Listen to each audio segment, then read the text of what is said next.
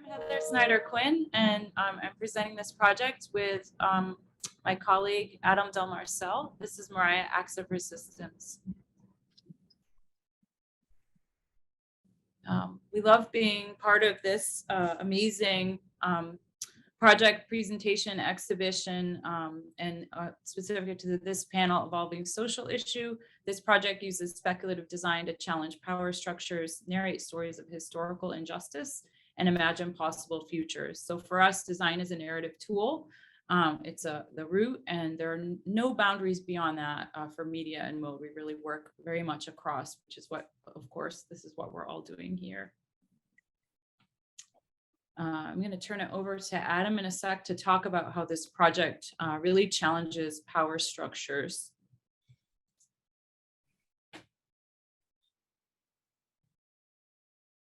You good, Adam? Oh, you're waiting for me to talk. So, I mean, I think the one thing that we found out through the kind of realization of this project, and it's not speculative. I think it might start as speculative, but we've actually made this thing kind of come to almost full fruition, which is pretty exciting. I mean, being able to get this application past gatekeepers like Apple, and being able to hack kind of a space as large as the Metropolitan Museum of Art, like it's really become kind of, I think, not just the future, but the present of what these technologies can do. So it's taking on kind of capitalist power structures, technocratic, political, legal, and societal, right? And I think it's hard. It's going to really be hard for us to jam this conversation into 15 minutes, because this is the more that we kind of unpacked what we started doing here, the more layers of the onion that we start to kind of come across, right? For me, the reason why the topic of kind of overdose and the overdose epidemic is relevant is that I lost my brother to an overdose, and that's relevant to kind of all work that I do based in kind of art and design activism. Heather's coming at this from a much more technical standpoint of thinking about kind of tech power and the limits of where tech power is going. And so we won't stay too long on this slide, but these are some of the questions that are posed with the Mariah project. And just to recap for those that don't know, the Mariah project is an augmented reality app that hacks into the Metropolitan Museum of Art and re-augments artifacts there with narrative about the opioid epidemic, and serves as a virtual memorial for those who have passed. So we'll get into a little more details, but I'm just kind of sharing this so you can see what this work seeks to do. Yeah, and the significance kind of the Met is that the Egyptian wing of the Met was paid for almost entirely with opioid money. So it's an idea of looking at these artifacts that people come and experience in a certain way, but we never get to see behind that velvet curtain, right? To find out kind of how these artifacts end up in a place like New York. And we never get beyond kind of like this real surface layer of narrative that's given to us, right? So we really have to do some digging to find out that basically 500,000 people were murdered to be able to have this wing become to fruition in New York. Yeah. Again, not to stay here, but we were very specific about how we define some of the words that we use in this project. And again, just to recap sort of how we framing speculative design. So this is not an app that's used for capitalism. It's an app to sort of showcase the future of the metaverse, to frame historical narratives that were trying to be erased. Sort of showing the potential of what, for me anyway, what tech ethics look like, different futures based on them. And I'm kind of going quickly through these because we have a pretty savvy group of people here. We just wanted to have them for people to see. And we can give this file later on as a PDF, so you can read through this stuff if you want to. And again, for the QA, so for those, just wanted to give some context, because as we've discovered, our audiences really vary in terms of their knowledge, so we don't want to make presumptions about that. Okay, so let's get into Mariah a little bit. Adam, do you want to talk about Mariah? Yeah, so Mariah Lottie, that's who this project is named after, is a girl from Newton, Massachusetts, who died from an overdose at age 19. So her story is very similar to my brother's story, very similar to all the stories as I travel across the United States and work with families, which I have been doing since 2014 when my brother died. Mariah's mother, Rhonda, I met her at a protest at Purdue Pharma, who are the makers of OxyContin. And in at least one aspect of kind of American addiction and the overdose epidemic there, obviously Big Pharma is responsible for that. It's not as simple as all of that, even though this application really highlights one particular family's role in all of these deaths. That's just the tip of the iceberg. So I met Rhonda at a protest at Purdue Pharma in Stamford, Connecticut, with 500 other families that died, had people that died from overdose, and we hit it off immediately. And when we started to talk about doing something in this kind of AR sphere, right away, I thought kind of doing something that's a tribute to Mariah would be really special. And so she stands in for kind of the many, right? She stands in for the 103,000 people that die every year in the United States from overdose. And so as Adam has been talking about that, I've kind of been flipping through some of the augmentations. And so I think one of the really important things about this work is, for me, at least, the AR work started really in 2016. Adam had been working on the opioid activism side for a while. But we created, or we hacked this space without physically being there. So just using images. We were able to augment them during COVID, and then Adam was able to test it, and it worked. And so we had different lenses on it. For me, it was to showcase our sort of the issues of privacy with using trigger images in the metaverse that you could really hack into any space. And this was before Facebook had coined it. So what did it mean? Who owned these spaces, and what did it mean for legal? And we get into that in a little bit. And to be mindful of time, so we have 5 minutes. Yeah, I did go there one time before COVID hit. So in 2019, I went there with my wife, and I walked around with a camera and a pencil and paper, and kind of thought about what this experience might be.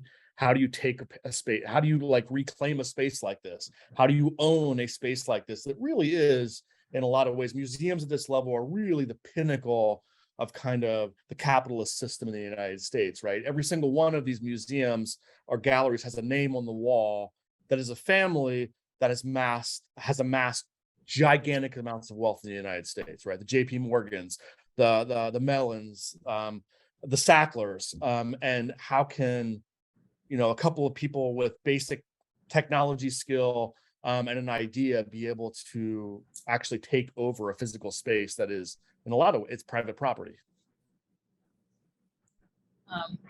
We also sort of showcased how we could re-augment the Metropolitan Museum of Art's logo with Mariah's video. So not only is it sort of specific to location, if you use geolocation, but it's also based on a trigger image. So anywhere there's a Met logo in the world, on a bag, on a t-shirt, through the app, you can see Mariah.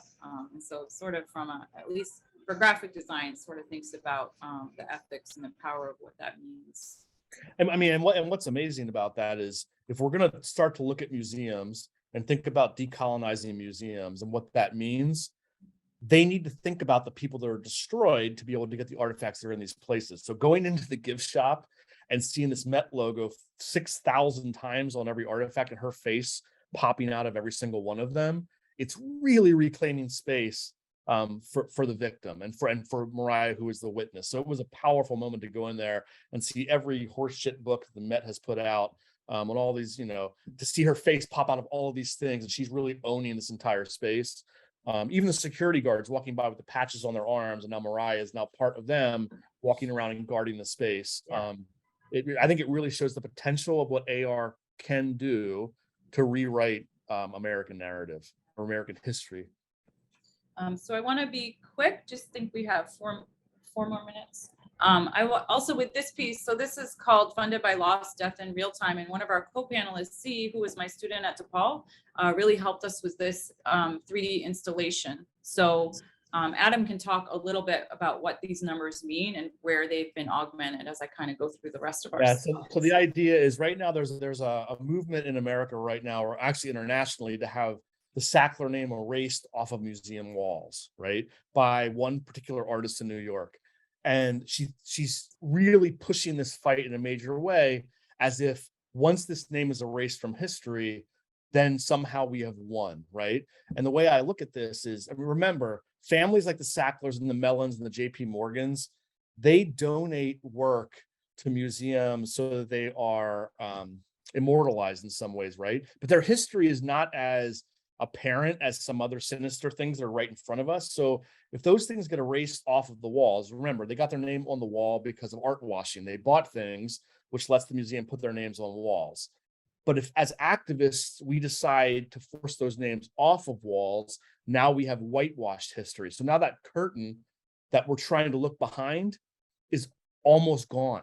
So we lose the any type of entry point into finding out those histories at all. So it's art washing by capitalists and then whitewashing by activists who might be well-meaning, but might be ill-advised to think about what they're doing, right? Because it's in a lot of ways, it's burying history. So right now, that number, which is a number that goes up by one number every 5 minutes indefinitely once you open it up, will go on any location where the museum has decided to whitewash the name off the walls. So indefinitely, that number is a death clock, and that 5 minutes is significant because someone dies in America every 5 minutes to overdose. So when you open that, you'll hear audio, you'll see this number that will never stop in these locations. You can see all the ones with the strike through are locations that the name has been brought down. The death clock now lives over top of all of those locations worldwide. All right, so we just have like 3 more slides to tell you about where this work has led both of us. And then time depending, I think we should have a minute or 2 to show you a quick clip of the film. And so we have Chris, I think, as one of our panelists too, who I believe, Chris, you've also been involved with this exhibition, correct? So there's so much serendipity on this call. And so the Mariah app is part of this exhibition that's opening at the Letterform Archive, both as a piece in it, but we've also been taken on to sort of augment places of protest throughout the city of San Francisco. So the Mariah app will be used for that. And I'm gonna have to save that, more details on that for another time, but you can look it up on the Letterform's website. And then just quickly gonna talk about where this work has led Adam and I. Yeah, so I mean, my work is, I mean, it's 8 years in the making now. My brother passed away almost 8 years now, and this is my focus. So right now, where my work has taken me as a printmaker and a graphic designer and projectionist and audio art and all of these things is to Kensington in Philadelphia. So Kensington has the largest open air drug using and selling market in the world in Philadelphia, and I'm working with homeless drug using population in Philly to tell more truthful narratives as I kind of spend time on the street, almost like a war reporter. So a graphic designer as war reporter, with the hope that what I'm making over this time will eventually travel to medical schools across the United States to be able to better educate future doctors and pharmacists to their responsibility to humanity through the work they're about to take on. So that's where my work's going right now. And then Mariah, for me, has really been a launch pad for using speculative design for policymaking. And so I was able to present a paper at Yale University Law School Technologies of Deception Conference. And that paper was picked up for a book that's going to be published by MIT Press, which is really exciting. Led me to get an ethics fellowship. So these are really places beyond the boundaries of design, certainly, which is why we're super grateful to be part of this panel. Too much to say in one talk, so we're just giving you little bits and pieces. I do want to have at least 1 minute of the film, so I'm kind of flipping through these last bits because they're important legally for us to share. And of course, the thank you. So, and I'm happy to flip back to any of this in the QA if necessary. I'm going to stop sharing really quick so we can at least show you a minute of our documentary film. I think, Adam, do you want to do that? It's not, do you have it up? I don't have it up on my side. Oh yeah, I do. Hold on. Just trying to be mindful of time. Hang on a second. Oops, did not mean to do that. Okay, so I'm just going to show a minute, but again, can everybody see the Vimeo? Yes, cool. Okay, and hopefully the sound is fine. You hear it all right? Okay. Got 2 minutes left. I had a picture of a person who used heroin in my head, and that was not aligning with my daughter. I can never even describe the pain of losing Mariah. It wasn't something that happened 10 years ago. It's something that happens every single moment. Like every day I wake up and she's not here. Mariah is an augmented reality app that speaks truth to power, giving a voice to those lost while hidden in plain sight. In 2020, 2 artists virtually hacked into New York's Metropolitan Museum using AR to digitally replace Sackler donated items with personal tributes to victims of the opioid epidemic. The Sacklers have donated millions of dollars to the Metropolitan Museum of Art. In return, several galleries bear their name. Creating virtual memorials, Mariah app explores AR's potential to revise historical narratives and its ethical implications.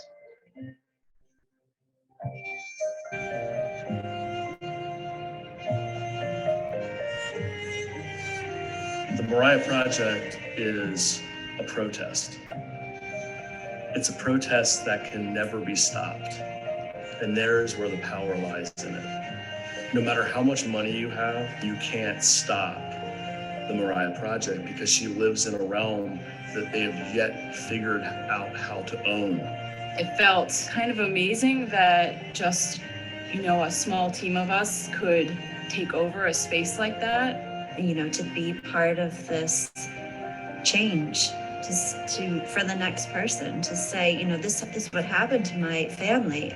I'm going to do this so that it doesn't happen to your family.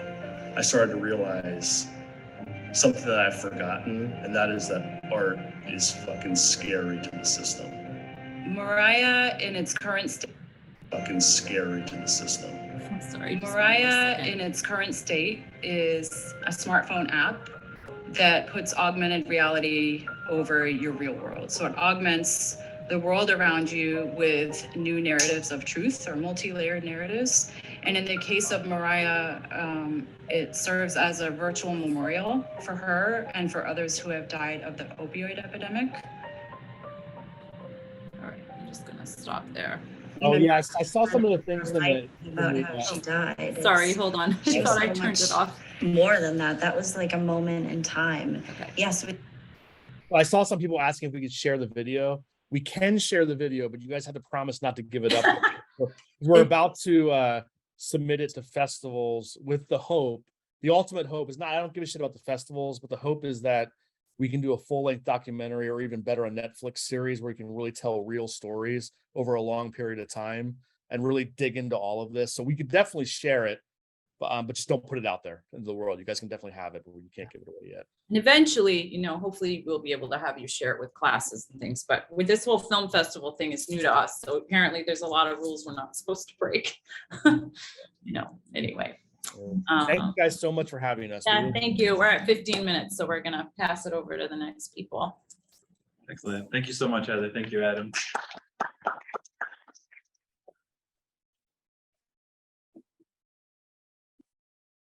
Okay, our next speaker is Chris Hamamoto. Chris is assistant professor at California College of the Arts. Chris is interested in how automation and algorithms affect communication and aesthetics. Recent research projects look into the technology, ethics, and biases embedded in machine vision technologies. So I have a video here. Is that right, Chris? Oh, well, maybe let me try presenting. I think maybe it will be a little bit clearer. Okay. Perfect. I'm going to share my screen, and then can everybody see that? Okay, yep. Great. So hi, everybody. My name is Chris Hamamoto. First, thank you so much to Professor On and the other organizers for putting together such an amazing show and symposium, and to my fellow panelists, and of course, for everybody attending. I know it's like late in the day, it's really hot here, so I appreciate everybody kind of holding on for the whole symposium today. And thinking about the topic of this panel in the framework of graphic design and social issues, I thought it would be appropriate to talk about the intersection between graphic design and surveillance. Typically, when discussing the topic of surveillance and graphic design, I think it's really natural to think about the potential of graphics for camouflage.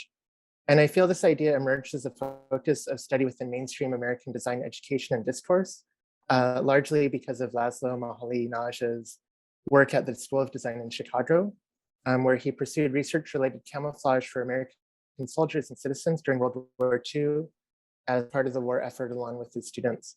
And this is just an image of an exhibition they made as a class about the topic of camouflage. And I was also excited to see that Roy Behrens is part of the Evolving Graphic Design Show and Symposium, and he's researched the topic of graphic camouflage extensively. And it's from his research that I learned that Mahaly Naj was even put on a special task force by the mayor of Chicago to consider camouflaging the entire city, from aerial view, and gained a lot of notoriety for that reason. And still, I feel this aspect of Mahaly Naj's practice is not considered widely enough when thinking about his legacy. However, I do think it has introduced the topic of graphic camouflage into design education and given it more of a spotlight than it otherwise may have received had there not been a well-known practitioner focusing on it. And I think the most notable example of graphic camouflage in design education would be the prevalence of dazzle ships in design discourse, which were developed by Norman Wilkinson during World War I. And really thinking about this like dazzle ship as the primary example of graphic camouflage, it struck me that the forms of surveillance and optics today must be really different than they were when this technology is being created. And furthermore, that in addition to studying graphics that enable camouflage, graphics that enable surveillance would also be a natural area of study. So for instance, historically, we'd think about surveillance in cases of discipline, like with prisoners or workers or in wartime.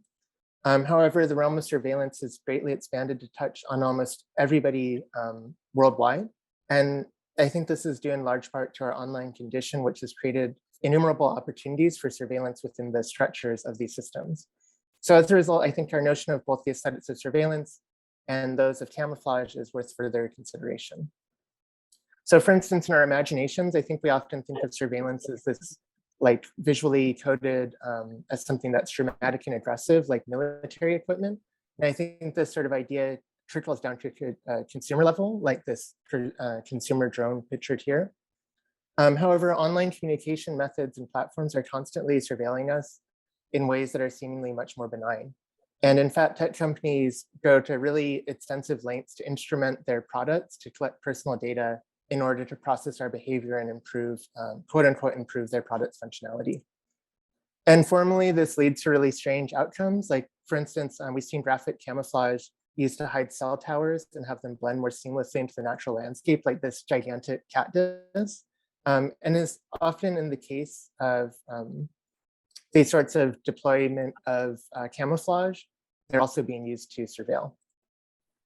And thinking of surveillance today in a graphic context, I think it's a much more common scenario that a huge amount of surveillance is conducted via seemingly neutral or ultra playful products that we fully integrate into our everyday lives. So often the design of these objects actively obscures their function and instead embraces minimalism that totally eradicates any understanding of what actions they perform. For instance, like looking at a phone, it'd be really hard to tell how it surveils our locations or tracks our movement, or how our Apple Watches would record our biometric data.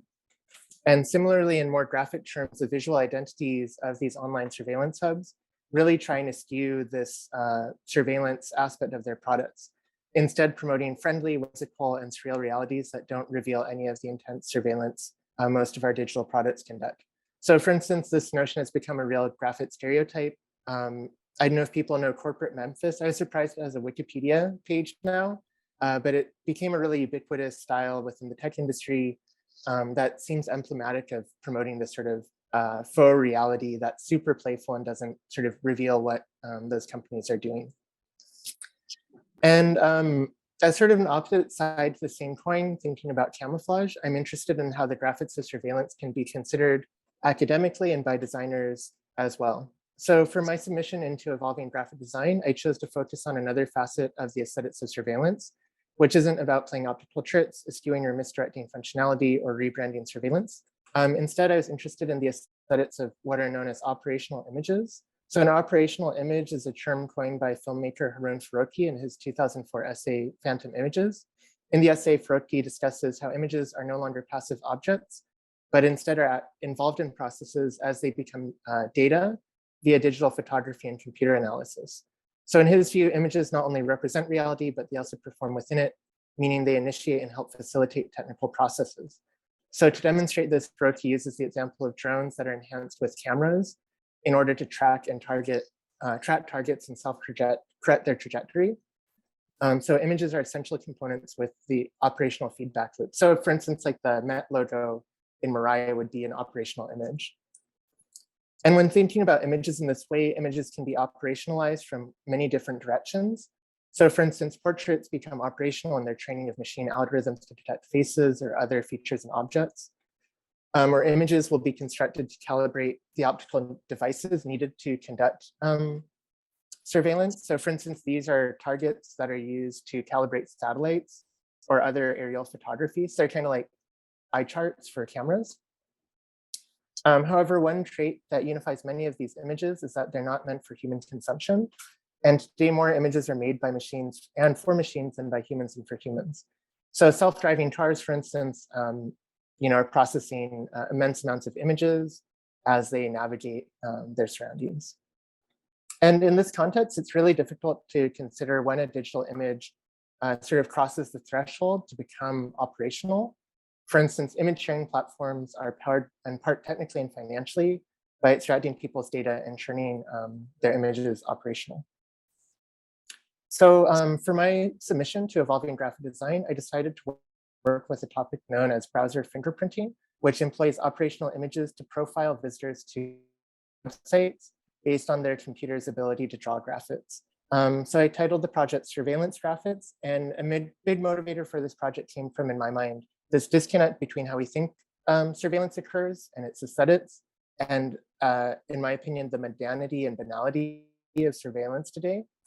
So a couple of years ago, I came across this website by The Markup, which allows you to see the various tracking methods any website uses to monitor visitors' online behavior. And this will show you things like ad tracker code, or if a website is using ad tracker code or cookies and other more familiar tracking techniques. But one of the tracking methods I became really interested in was what's known as canvas fingerprinting. And in this method, tracking code will draw secret graphics in a website visitor's browser in order to create a fingerprint based on the user's computer hardware and software capabilities. And then they use this fingerprint to trap visitors. And these graphics are invisible to the computer user unless you use special software like Python code or just web inspection tools. So you can use your Chrome inspector to find them. So they render these graphics in the browser, and then they re-encode that back into data. And in the process, they'll pick up on small formal distinctions in the graphics rendering. So for instance, I'm guessing everybody at this conference teaching design knows this, but like Apples have Helvetica pre-installed, whereas like a Windows machine or a Chromebook would have like Arial or Roboto. And depending on which font the text is rendered in, the formal details of these letter forms can instruct the tracking code as to what sort of graphics are, what sort of computer is rendering the graphics and what sort of operating systems. So if you add enough of these small distinctions together, you can get a fingerprint of that visitor that can be used to track them. So here you can see on the left are some popular websites, and then on the right, some of the secret graphics they draw. So like Yahoo draws this triangle, and aesthetically, they're just really strange graphics in my opinion. So they have like these triangles, overlapping circles of color, kind of confusing text strings that often have like wild gradients, emojis, and just simple gradients. And you'll often see these kind of interesting graphic design tropes like established pangrams being used, but at the same time, they'll appear to be like totally undesigned.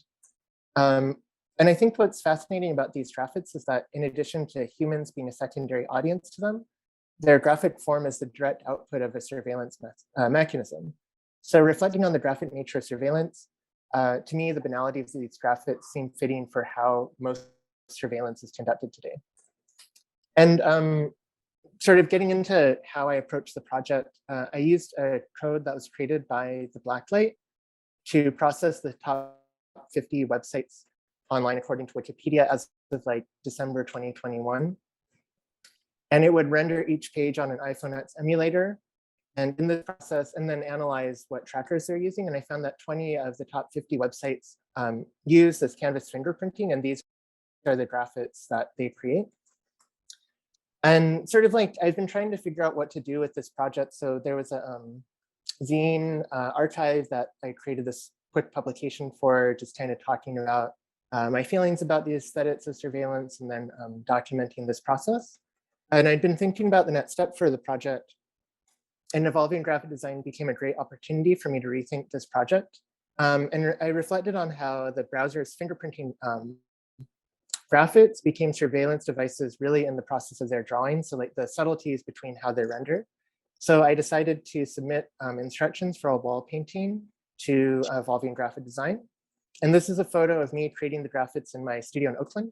In the final install here, where I was able to derive the instructions from. And then these graphics being recreated in Madison by Josie Tutrara, who I'm super indebted to and thankful for, and also really enjoyed her presentation this morning. So thank you, Josie, for that for sure. And here you can see the finalized install. And just in closing about this piece and for my talk, I'd just like to say that one thing I struggle with about this project is I feel like it is really kind of didactic, like I'm explaining a lot. And it's something I'm trying to fight against because I really don't want it to come off as moralizing or coercive. And I definitely see this issue of surveillance, and especially how instrumentation of our everyday lives is really leading to the financialization and commodification of our actions. I see that as a really bad thing. But I also just really recognize that I'm a designer who's just kind of a piece of this bigger puzzle. So it's something that I struggle with in my work, and I'm just kind of trying to figure out how can I fit into an ecosystem of actors rather than kind of proposing solutions myself. So yeah, I hope this thought didn't come off as too didactic. And yeah, thank you so much for your time, and I'm looking forward to the conversation.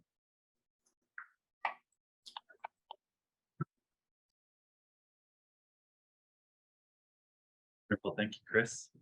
Okay, next up, we have Moon-Young Jung, who is Associate Professor of Graphic Design at the University of Georgia, and is an interdisciplinary designer and artist whose primary research involves narrative systems such as multiple narratives in visual form, polyhedralness as multiple narrative, and color value in space-time.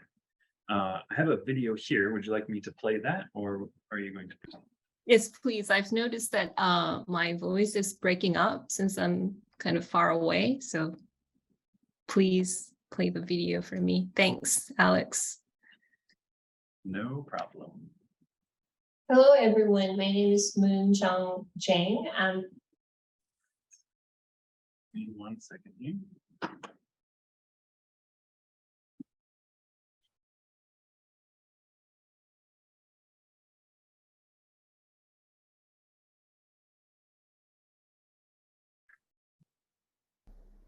Hello, everyone. My name is Moon-Young Jung. I'm a designer and design educator teaching graphic design at the University of Georgia. I'm honored to be part of the Evolving Graphic Design exhibition, and I appreciate that I can connect with designers and students through this hybrid symposium. I will be talking about multiplicity, decentering visual forms in this presentation. Multiplicity means the quality or state of being multiple, or the number of components in a system. Having the meaning of multiplicity, I've been fascinated by the philosophical idea that there are multiple truths. So for my research, I've explored various visual concepts such as ambivalence, simultaneity, duality, and polyhedroness to maximize the idea of multiplicity for many years. In my design process, I begin with an object or non-visible information such as socio-cultural or political structures, or sometimes feelings that are meaningful in daily life. And then I build a series of abstract sequences based on the information. The following projects show how my design has evolved and linked one another. Focus on the center. This video, Focus on the Center, was my response to a simple question: What would happen at the physical center point and around it when something is focused on and on and on.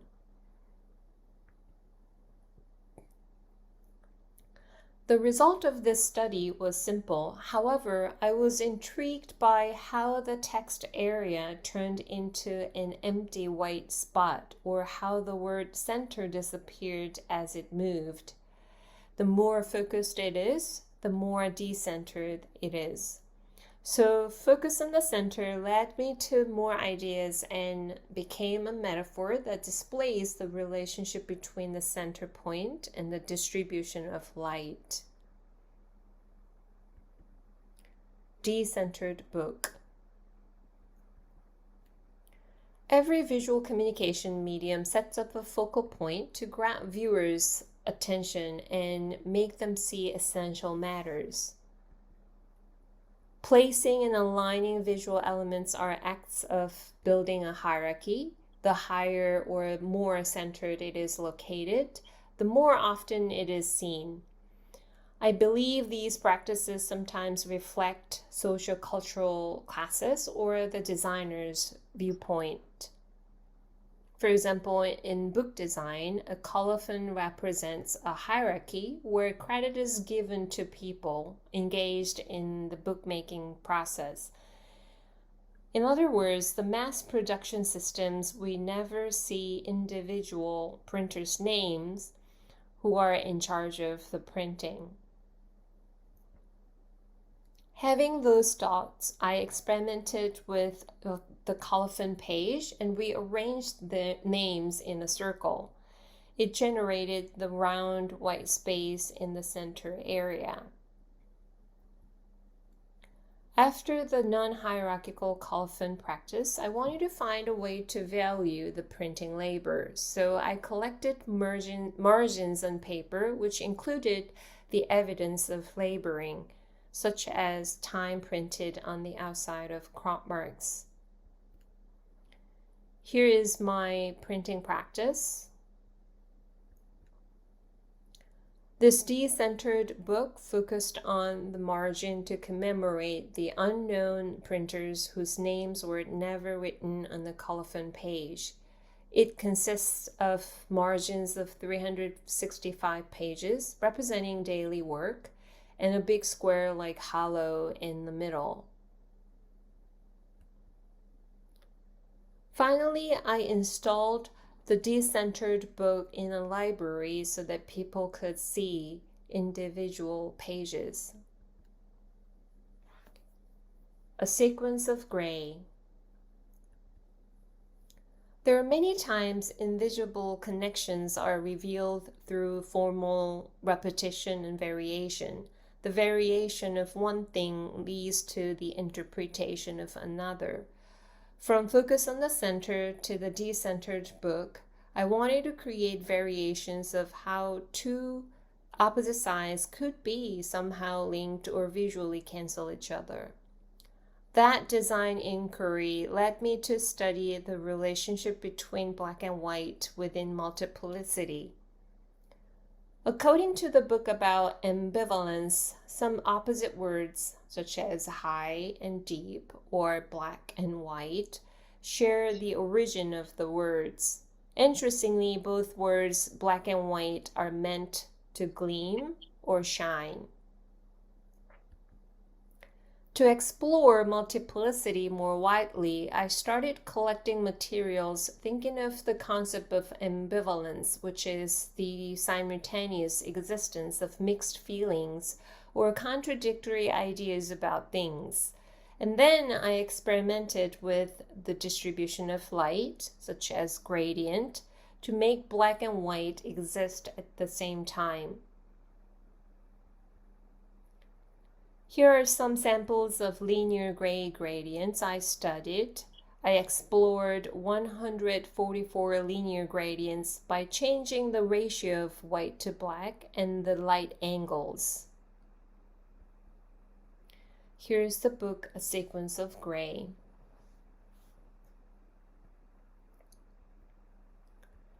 The structure of this project is based on the method used for the classic portion of book pages. The various overlapping shapes and values are generated by their positions and sizes. A sequence of gray includes 123 compositions and uses ambivalence and gray gradient to create abstract visual narratives. It shows the wide range of values and their dynamic movements in structure and light.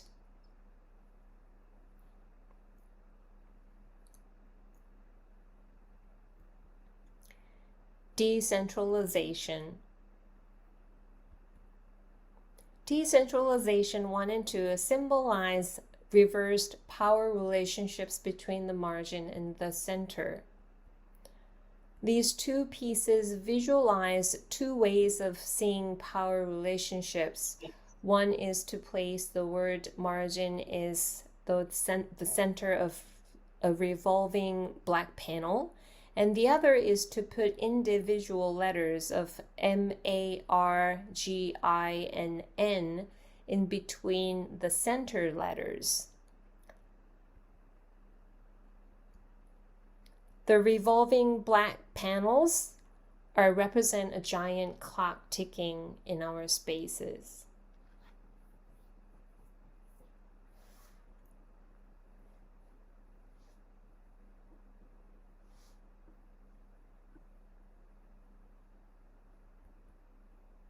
The politics of alignment. Now I'm looking into the relationships between various positional words, rotations, and movements through the politics of alignment.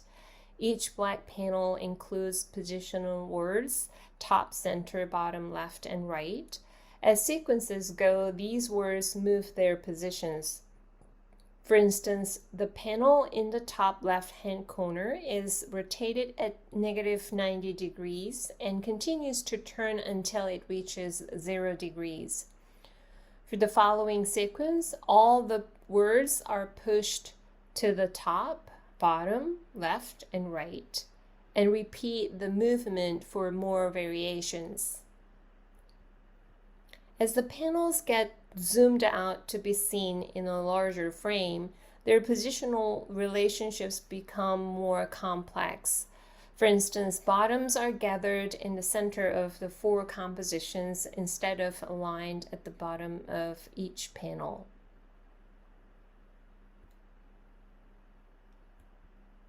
As the words created multiple horizontal and vertical movements, the two opposite words met at some points, gathered in the center, or scattered toward the corner or margin. Here's some more alignments.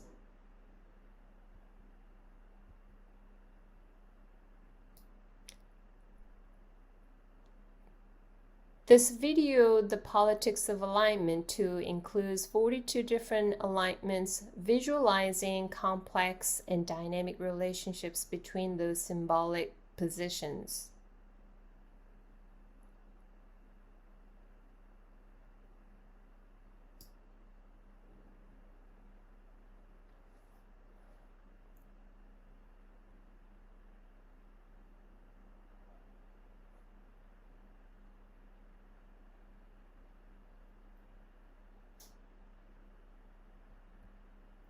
Multiplicity. In summary, the idea of multiplicity has evolved into a series of studies by connecting one another, and those studies generated paradoxical, polyphonic, and metaphoric narratives. Focus on the center, the decentered book, a sequence of gray, decentralization, and the politics of alignments. Most of the time, our ways of seeing things are affected by socio-cultural mindsets. These mindsets often focus on dominant and visible ones while making the others unseen. Let me close by saying that it is essential for us to recognize what we focus on and how we place align things, and Practice multiplicity to reveal the unseen and the unknown. Thank you for your time.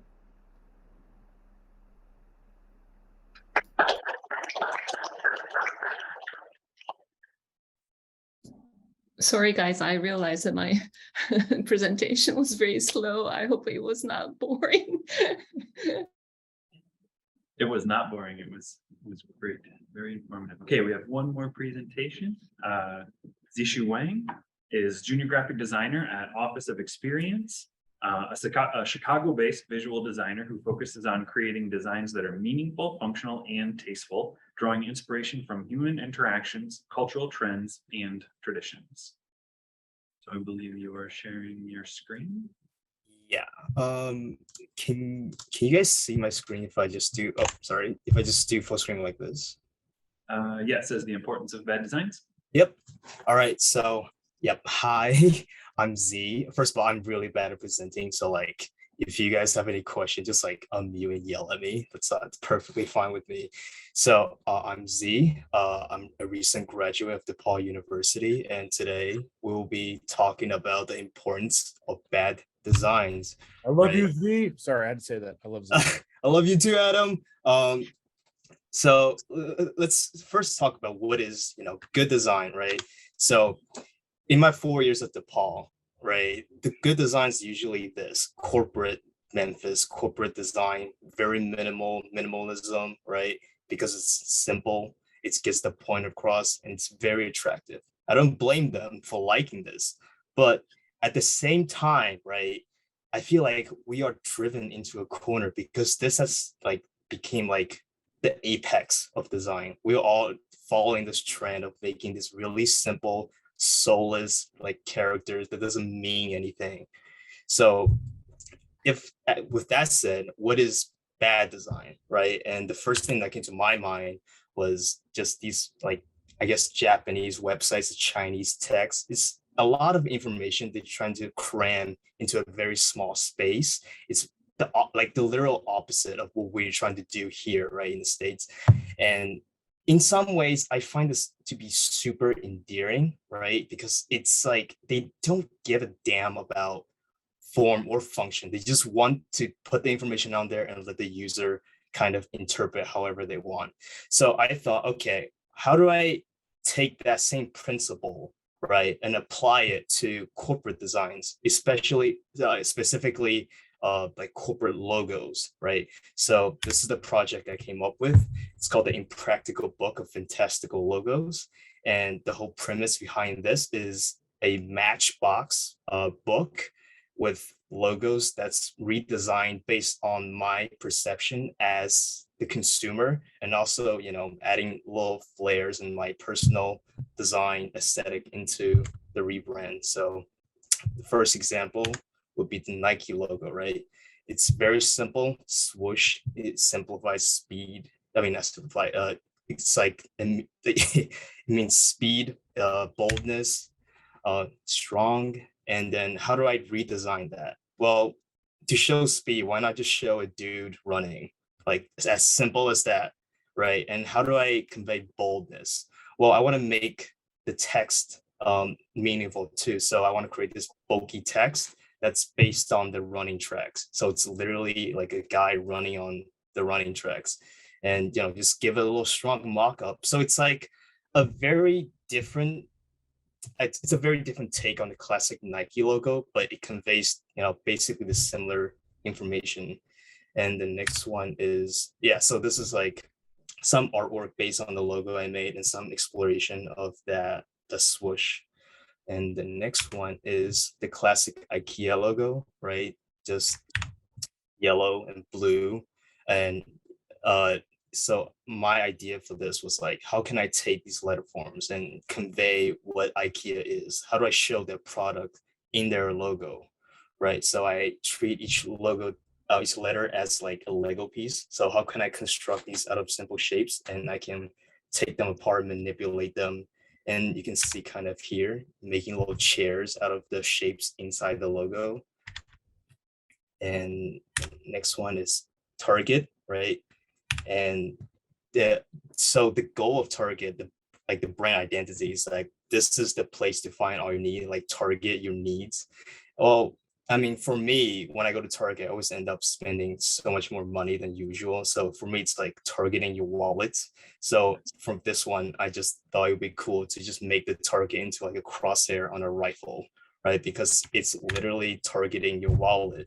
Like they don't care about anything else. They just want your money, right? And here are some of the all the other logos I made. I'm not going to go through all of them for time's sake, but yeah. So what is the point of all this? Why am I doing this? Well, in over the 4 years at DePaul, I've realized that a lot of students, especially like the younger designers, they have this false sense of what beautiful design is, or what graphic design is in general, right? They have this very fixated mindset on making everything minimal, like very corporate.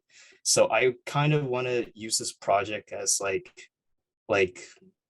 I don't know, like a nod to like, hey, you don't have to do that, right? Graphic design is basically an alternative form to convey information through visuals. So you can do anything with it. You don't have to, do all that corporate BS that we were taught in school. Like explore, the weird side of the graphic design, make things impractical, right? There's nothing wrong with making mistakes as long as you learn from it. And sometimes you might find some really cool aesthetic within, these weird mistakes that you make. So yeah, and this is the link to the full project if you want to go on there. And with that, I conclude my presentation.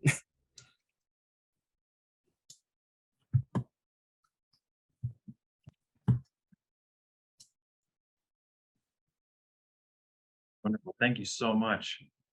Those were great and so diverse, so interesting. So many different formats, platforms, messages. So how about questions? Do folks have things that they're curious about? Things they'd like to know more about? Questions, and you can either type them in the chat and I'll read them. You can ask them of each other. You can unmute.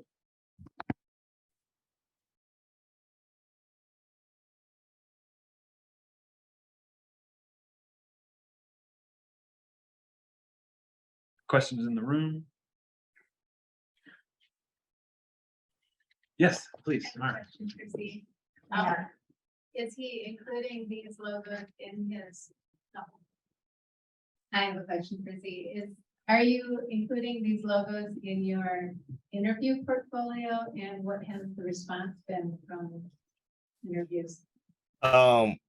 Not great, if I'm gonna be honest with you, because all of my projects on my portfolio is just weird. So I was lucky enough to get my current job, thank God. I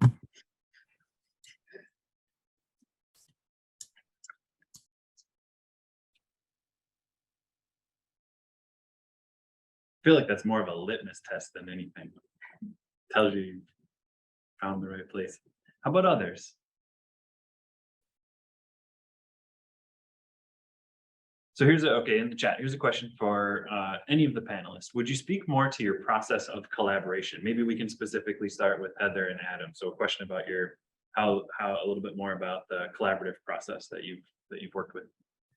Yeah, I mean, I think I'm asked. I think we're asked this a lot. Like the best way I can describe our partnership so far is that Heather is teaching me to slow down a little bit and think about the decisions I make, because I'm more apt to just burn it down and be arrested. And Heather is, I'm teaching Heather how to feel okay about getting in trouble.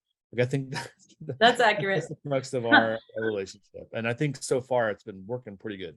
Yeah. I mean, the beautiful thing about our project, true collaboration, means we couldn't do it without the other, right? And so the work enhances each other. And so when we met in grad school, I was really looking into the ethics of AR, a lot of stuff that touches on Chris's presentation, and Adam was doing stuff. And I remember one night over drinks in the Dewey Lounge of VCFA, we sort of, the beginnings of this project evolved. And And as it began, I mean, Adam's on point, because when we realized that we could hack into the Met, I, of course, went to my dean. I was trying to figure out if it was legal, asking my husband, because he's a lawyer. No one had answers. And then we realized it's because there were no laws yet. And so that part got very exciting to me. Other parts got exciting to Adam. You have to, I mean, we've had some bumps in the road. We've had to build more trust, figure out the best processes remotely. But it's been really exciting. It's my favorite project I've ever done. So.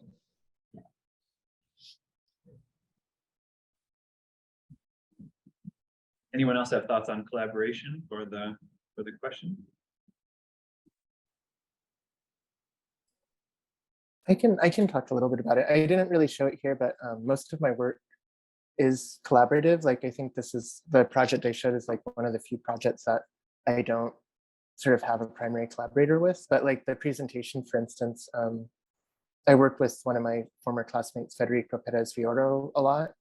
And I think some of the research that I showed were ideas we came up together with, or he came up, things we read and shared with each other. And I think like, I mean, just in finding collaborators, I'll typically find somebody with a complementary skill set. So, like Federico is much better at writing than me, or sort of articulating more abstract ideas. And I don't know, maybe I provide something else. I'm not exactly sure what's that, but I think just finding somebody you can kind of be beholden to, and you just kind of can complement each other's skill sets has been really invaluable for me as a collaborator.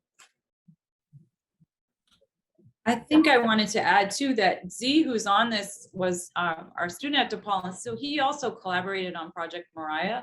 I know some people are more inclined towards collaboration or not. For me, it's usually all I want to do. I want to jump in other sandboxes and make friends and make a mess.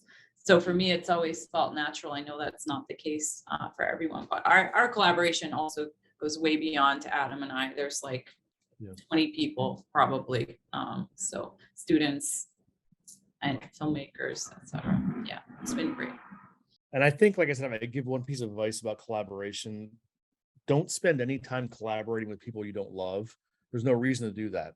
Like, life is short, right? I mean, so the people that I collaborate, I really love, and they're genuine friends, and I want to work with them. There's no reason to not do that, right? I think our field in some ways is rife with assholes. So why work with people you don't love, right?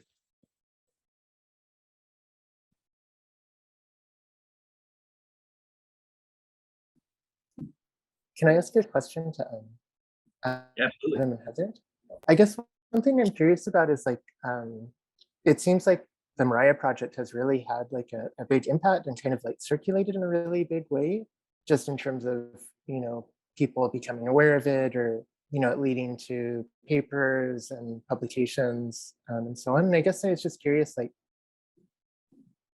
is that, I mean, I think it's an amazing project, and it's totally made sense that it would do so, but do you see anything in particular that kind of made it catch hold, or can you attribute kind of the circulation of the project to something in particular? I mean, I don't think, I had to be honest with you, I thought that when we put this project out, it would have been circulated more widely than it was. I have to be honest with you. Like because I felt, I do feel, and I still feel this way, that there's things that we've done, and it's not, let me just like give a caveat to this. Like, I really could care less about augmented reality. Like, it was just one more way that I could try to tell the same story that I'm trying to tell. That my brother died in this way. This is a story about America. This is this narrative. This is this. So, I mean, one of the reasons why I think it didn't circulate as far as it did is we dropped it in the middle of the worst pandemic in like world history, right? So the fact that even like the Washington Post or Hyperallergic or all these places picked it up, I think is kind of a miracle, and maybe speaks to the power of it. But I do think that in a bigger way, like, I do think that we're talking about the history of or the future of protest, right? And my hope is from this project is that people take this forward to be able to take over bigger spaces to tell more truthful narratives. So like, I have to be honest with you, when we first started doing this, I thought for sure that this was going to get more press than it did. And for my sake, the press only matters because it allows me to talk about the 103,000 people that fucking died this year. Like, I don't care about this as the CV line. Like, I've never made a single dime from the money or from the work that I've made over these last like almost. No, we lose money. Money. We put our own money into it, so it's yeah, it's not surprising to me that some places picked it up. I wish more people would talk about it because I will say this, like a really great side narrative to this is we augmented pieces in the Egyptian wing, which are almost impossible to move, which is great, right? You can't move a giant 6,000 pound sculpture. So like the storyline will stay because of that. The only one that was moved when I went back after COVID was the very first graphic, which was a tapestry that told the story of the original founders of the Metropolitan Museum of Art in 1880. And it was the original, we didn't even write anything. We took their own words, which were the words they used to talk the Mellons and the JP Morgans and those people of New York to give their money and be immortalized, because I feel like it captured so much of what we were trying to say, that they moved that document. So I went back, that was missing. So that first thing wasn't there. But the best part about augmented reality is I'm like, okay, great, fuck you. We augmented something else in that room. So now something else in that room says the same thing. So no matter how many times they try to change things, it's a cat and mouse game. We can keep replacing it somewhere else to keep saying the same thing. So, I mean, I feel like, honestly, I feel like it should have been talked about more, because every 5 minutes, someone's dying from overdose in America. And you're hard pressed to find an article about that right now in the media because they've totally moved on. Yeah. Yeah, I mean, I feel like when I really saw the issues for our freedom of speech and public and private property and how it could affect our legal futures, it really scared me. And I felt like I didn't have the means, I couldn't even get answers from any lawyer except one. But my voice is quiet, and that's what led me to the policy work, the op-ed public voice. So it broke the boundaries of design because I realized no one was listening enough to me. So though we had this amazing press, for me, it's like, what could be done? Well, perhaps design can help set policy. So the metaverse is a safer space. So they're not stealing our data. So, what have you. And so for me, it's meant learning a lot of new things that are way out of my comfort zone. And so I'm really glad to hear, Chris, you felt like it got great press, but I think for all of us, we never quite feel like it's enough yet, right? I mean, all of us beyond that are here. So, yeah.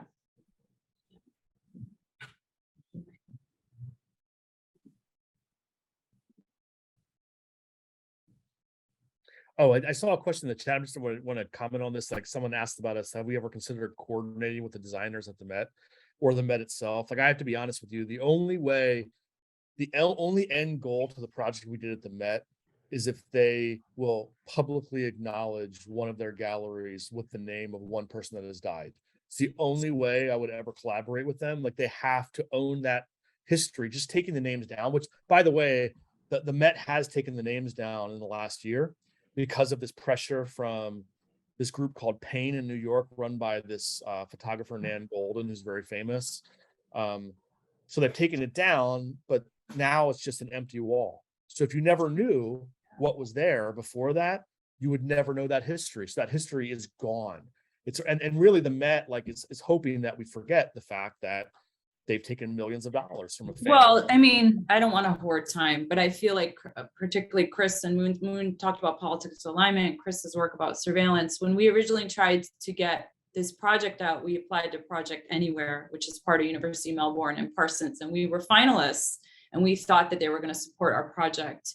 And then they withdrew at the last minute. It seemed like they got scared of the legal ramifications, but the project that they supported was someone working with AR directly with the Met. And so we felt like they stole our ideas, actually, and you can look that up.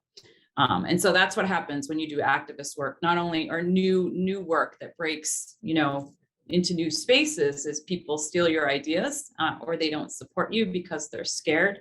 But to me, that means we're doing all the right things to challenge power. So I think, again, that's something that speaks to all of the panelists that are here right now. For sure, definitely.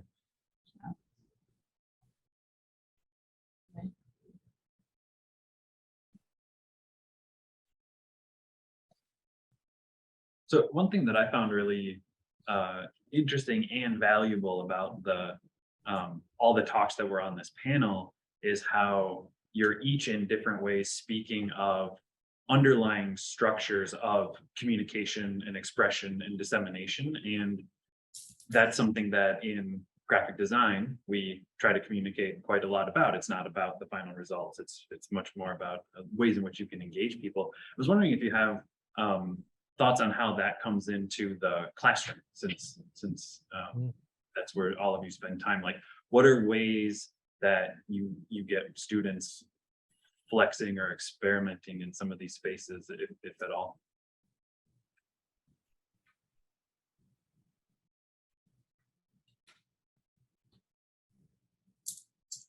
Not to anyone in particular, anyone who feels like.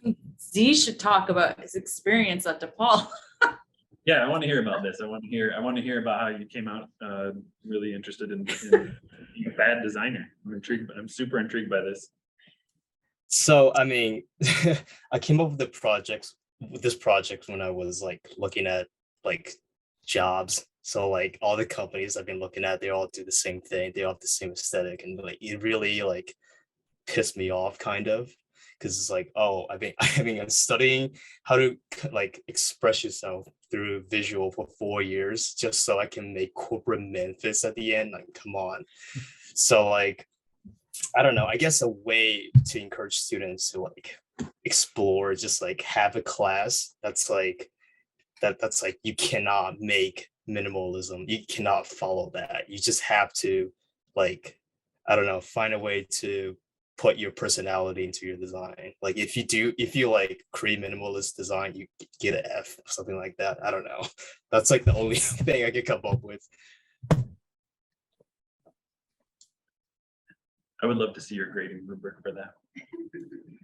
Yeah, well, I think maybe that's the word that you just put out there that's really important. We need to take rubrics and burn them. Yeah. We need to stop grading our students immediately and making classes pass fail, meaning the only way you fail is if maybe you die during the semester. Like you pass because I think that's maybe, if we think about ways of decolonizing design, I think stage one is grading system gets burned immediately, period. Like what is the purpose of it? I know as an educator, I spend my life grading things that are completely arbitrary and bullshit and based on my opinion, and that needs to go away. So I know that's a total side note conversation that I probably opened the can of worms on, but I think it's important to say that I think as design educators, if we're talking about evolving graphic design, we need to be thinking about making our classes incubators and open workshops and not some top-down siloed education, which never worked. I mean, maybe if you went to RISD, you know exactly what I'm talking about. If you go some other places, it's a little bit different. I think it's up to the people in this room that are educators to totally change that. That's really what evolving graphic design is, not these projects we're showing you right now. It's how we're going to allow our students to interact with us and what we're going to make with them. Oh, and also, I just want to point this out. I don't know if if this is happening with other schools, but at DePaul, there's a huge rivalry between art majors and graphic designers. They freaking hate us because we have a very systematic way of viewing like artwork. And to be honest, I was like that at first. You know, I thought like art is like BS. It's like too free form. It doesn't mean anything. But then after a while, I kind of realized that like we can take a few notes from them. Honestly, like we need to stop thinking so systematically, right? It's not everything. It's the foundation of design, yes, but like you can build on top of that based on like how you perceive like a certain thing. So that's, yeah. Yeah, in a lot of ways, those institutional silos benefit the institution, not the people in them. Of course, yes, yeah. I mean, I think if we all copied Karita Kent's 10 rules for the classroom and put them up in our classrooms, we'd all be better off, right? Well, no, sorry, not to get too far into this topic, but just responding to what Adam was saying about removing grading. I think another aspect of it too, like I feel like, and kind of to your point about like how do you actually create social change, like that's something I really struggle with because you know, like grading is also, it's like a financial instrument, like you're deciding if people get their scholarships, and like, you know, that's not something I feel like I should be responsible for, like deciding if somebody can go to school or not. And, you know, you kind of, I think it just becomes really difficult when kind of navigating our limitations as instructors for, you know, if we're promoting kind of doing impractical design that doesn't market well, you know, that's also kind of a conflict when people go out and show their portfolios and things like that. So I think there's a lot of appeal, at least personally, to kind of do something atypical, and it just is hard to kind of navigate, you know, how you sort of fit into this broader system. So I know that's something that I'm trying to figure out, and, you know, just feel, yeah, it's difficult. I mean, I think one thing we can do that helps that is like, I mean, because of course, right? I mean, college is expensive, and they're coming out with life-changing debt that they're never going to get out of. So, I mean, if we know that, and we have to balance kind of pushing them into realms of kind of